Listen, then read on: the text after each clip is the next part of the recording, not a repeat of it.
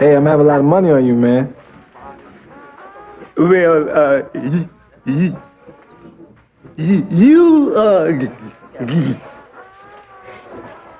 you, you getting ready to be a rich nigga. We're back, We are back. and you're welcome. I'm Jeff Knows Money. I am. Exactly. This is Asking for a Friend, our favorite segment, and yours too. And let's go on ahead and get in this letter. Dear Mojo and Jeff, I have a dilemma, and I can't seem to get my wife to understand. I'm 60, in good health, and very happily married to my wife, who just turned 50. I've owned my own business over the years, and I've created $150,000 in annual passive income. I can easily make an extra $50,000 to $75,000 if I wanted to, and the work can be done remotely. My wife and I have done well financially. We own 2 houses that are worth a combined $1 million, and we have about $500,000 in equity. We earn $3,000 a month by using one house as a vacation rental. We also have various investment accounts with about $425,000 in them. My original plan was to retire and buy a nice RV and travel around the country. We would keep a house to return to, but we would mostly live full-time in the RV. My wife is the holdup. She doesn't want to let her employer down by quitting and traveling with me. She recently got the job, and her employer is very happy to have her. Because she just started, she doesn't have any vacation time, and she would only get 2 weeks of vacation time each year. My wife enjoys her work, but she only earns $35,000 a year.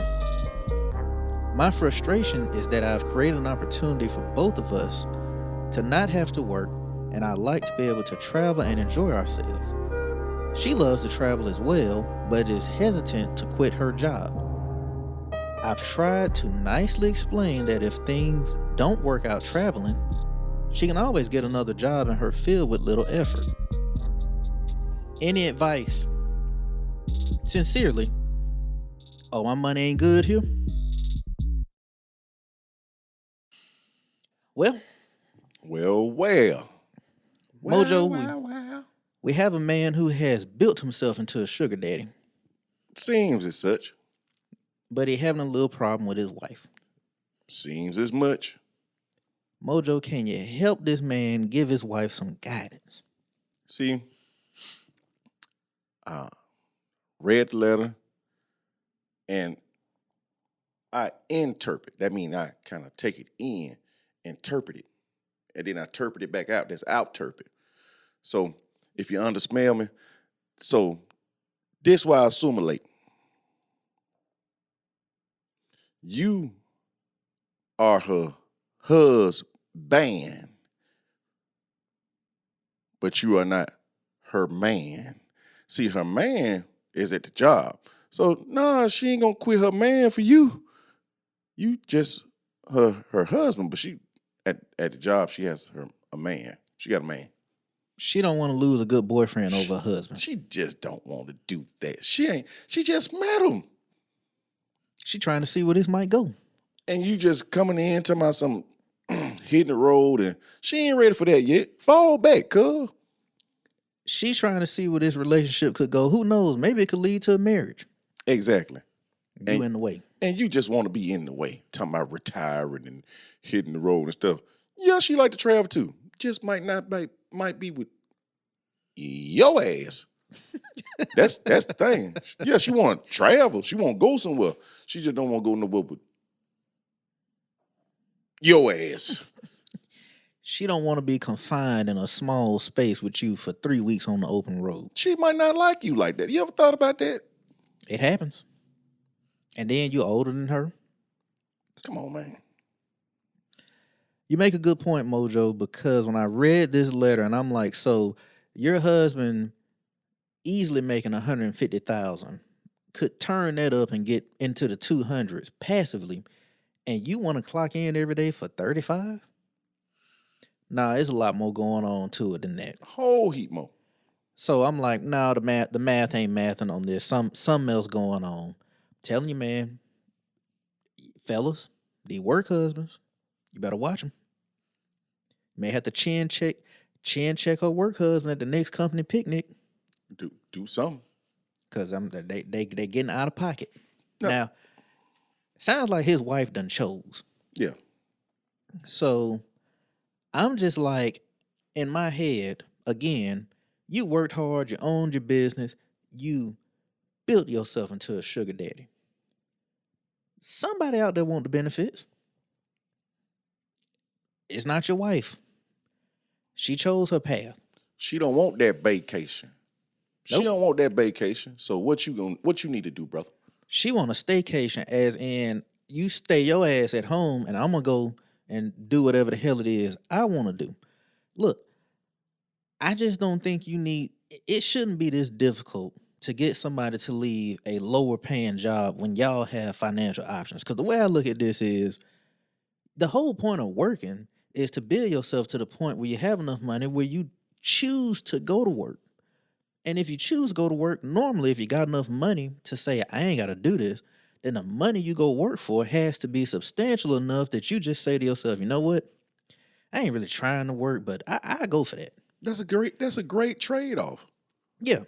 And this man got a 200-something thousand of passive income. He ain't gotta do nothing. It coming. That's what passive mean. That mean like coming. Alarm clock go off, paid, sleep, paid, drunk, paid, passive. watching the game today, Not your passive, but passive. watching the game, I got a little lisp there. got paid Passive. with it on it. Passive. That's a whole heap of money. Now, Passive. my thing is this. Now, I just want to touch on this real quick. You told her that you try to nicely explain that if the traveling didn't work out, she can always get another job in her field. Let me tell you something. There is no shortage of $35,000 a year jobs. They're everywhere. Everywhere. So take a risk. If you take a risk, do some stuff, enjoy yourself, because it ain't going nowhere. You can come back and get that. Trust me. But now for the guy, Mr. Sugar Daddy, I just don't think you need to work this hard to convince somebody not to work. It's somebody out there for you. You got to find them. And if your wife don't want to jump in that RV with you, you're gonna have to show her some tough love. So what you're gonna have to do is you beg her, just baby, I really want to take this cross country trip. I really want to do blah blah blah. I can't do it. I can't take off where I can. All right, that was up, bet. And then one day she calls you on her lunch break from work. Hey, babe, what you doing? All she hearing is just wind in the background and a diesel engine. It's a lot of background noise. What you doing? Oh, shoot, just crossed over into Missouri. What are you doing in Missouri? Oh, yeah, that cross-country trip I've been begging you to go on. I'm out here. We out here. Baby, you just left me. You chose to stay. So I think it's best that he dabbles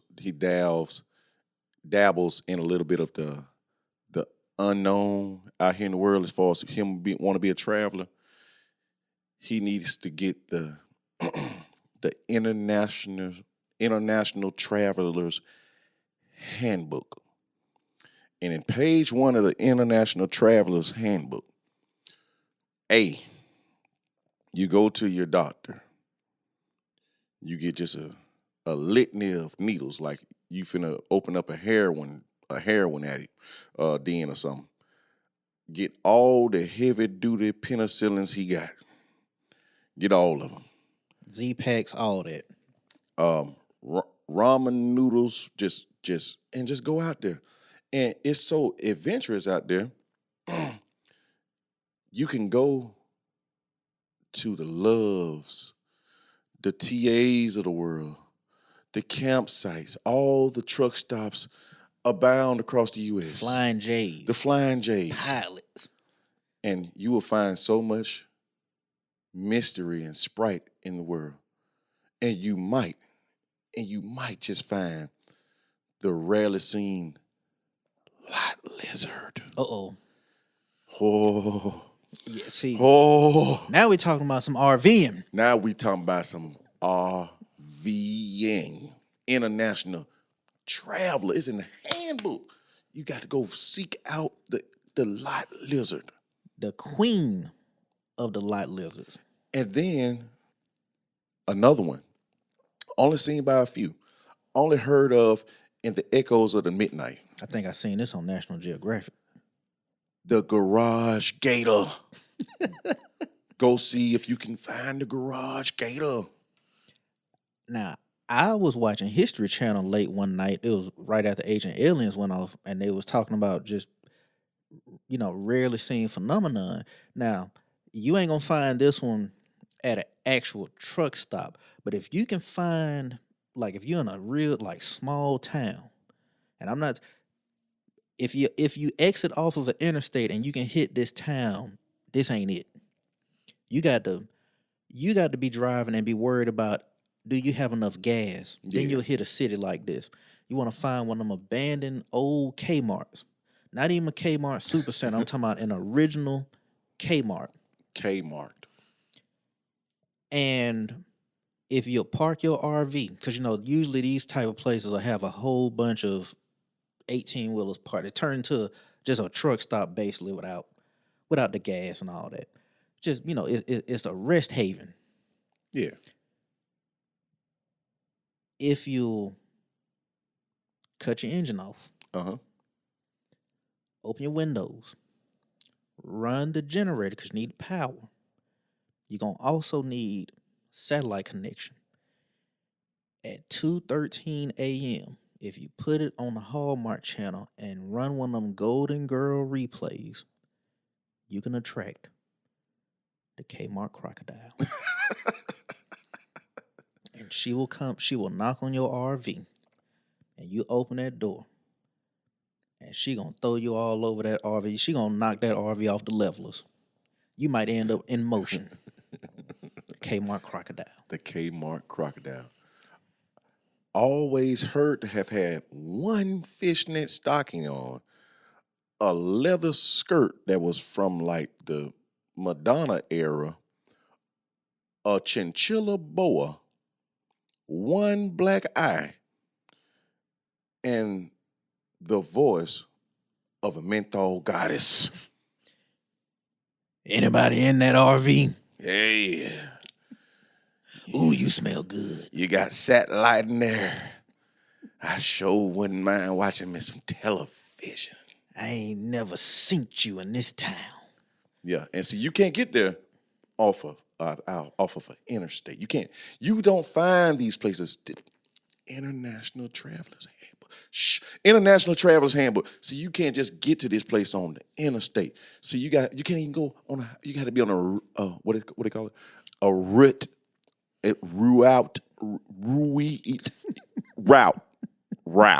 You got to get on a route. It's a route, or might say, route. There you go. Mm-hmm. It may be a highway, but it's named after. It was the old way you got between cities. Old Selma Highway. Yeah. Old Birmingham Highway. And mind you, if you use the International Travelers Handbook and you go out there in the midst of the world, now there's also a safe haven for you, kind of like a safe house. It's called Piccadilly. If you get there too early, go to the nearest Piccadilly. Or Morrison's. Or Morrison's. You're going to see a middle-aged, kind of late 30-ish guy. But he's like the cook / janitor. He's going to smell like mop water and Salisbury steak at the same time.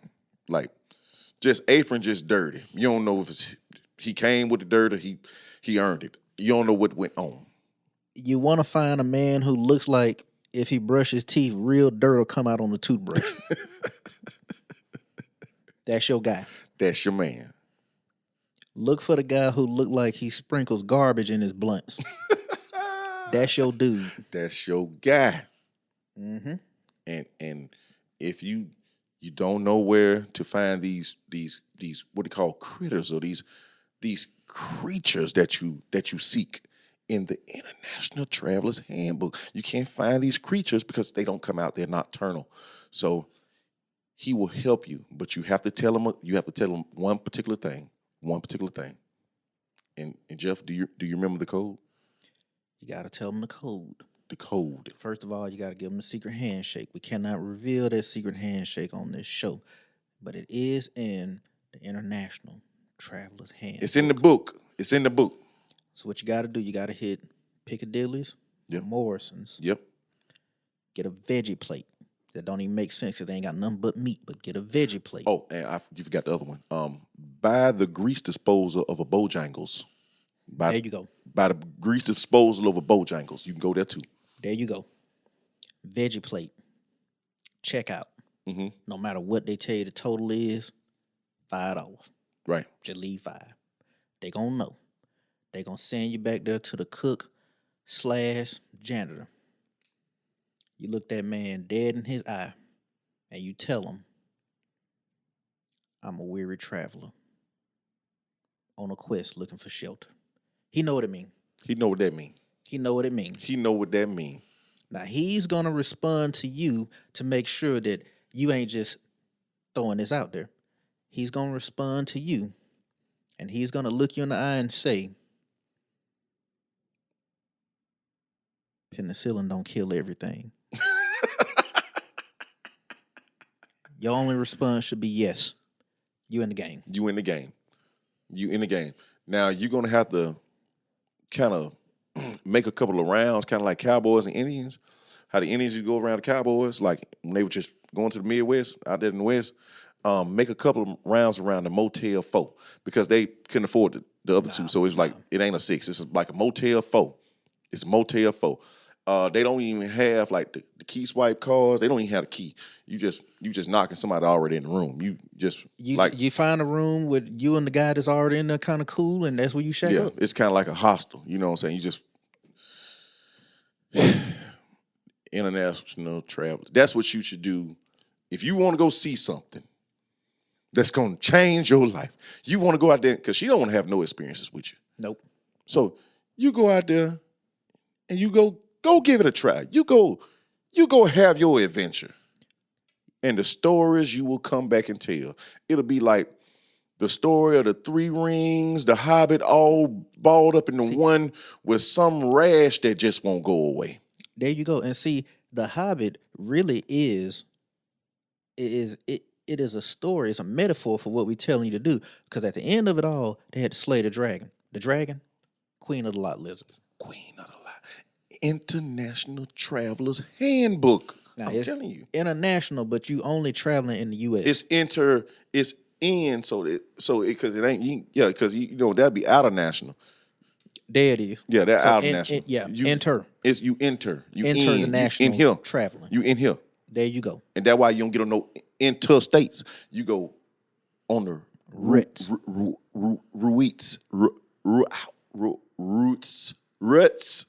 Roots. Take the roots. And only odd number roots. Lambs. 40 Sams. They may even challenge your math and tell you to only go on prime number roots. I ain't lying. Don't even ask me what that is. I ain't lying. 1. 0? Possibly. Yeah. Take them. 33. It's in the handbook. 33. It's in the handbook. It's in the book. Just get the book. Just get the book. You shouldn't be hitting no major cities. No major cities. You should be look, if you driving these roads and you feel comfortable, you ain't on the right road.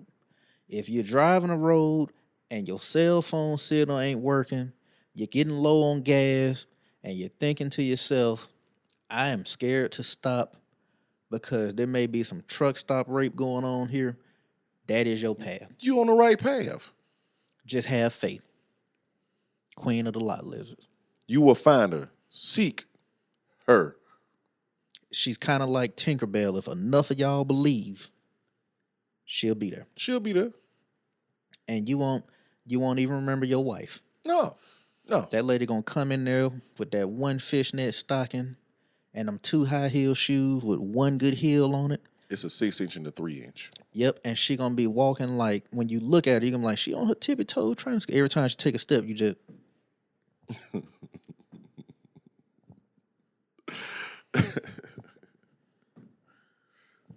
And you want some company. That's you. That's all you, brother. Look, just trying to make it right for you, because obviously your wife has chosen. We telling you to get out there and see the open road. That's what you want to do. Have an adventure. Go on a quest. You take down the queen of the lot lizard. I'm talking about the Kmart crocodile. All of that. Take them down. Take them down. And your name will be in stories from now on. Bums will sit around fires and tell the story of the man who slayed the queen of the lot lizard. Boy, they're going to have a whole 3-page foldable pamphlet all in the honor of you at every rest stop. You're going to die a horrid death from like scabies or something like that. Syphilococcus. Yeah, something. Cucumber tilapia. But your name will be legend. Yep. It's been another episode of Asking for a Friend. You know it. Hopefully y'all found this helpful. I'm Jeff Knows Money. I am. And if you want to submit your questions, you can submit them via email, info@talkingcashpodcast.com. You can DM us on the social medias. We're on Twitter @TalkingCash. We're on Instagram @TalkingCashPodcast. And we are on Facebook.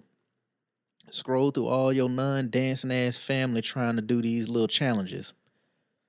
And at the bottom of that, you'll see us, Talking Cash Podcast. We'll see y'all next week.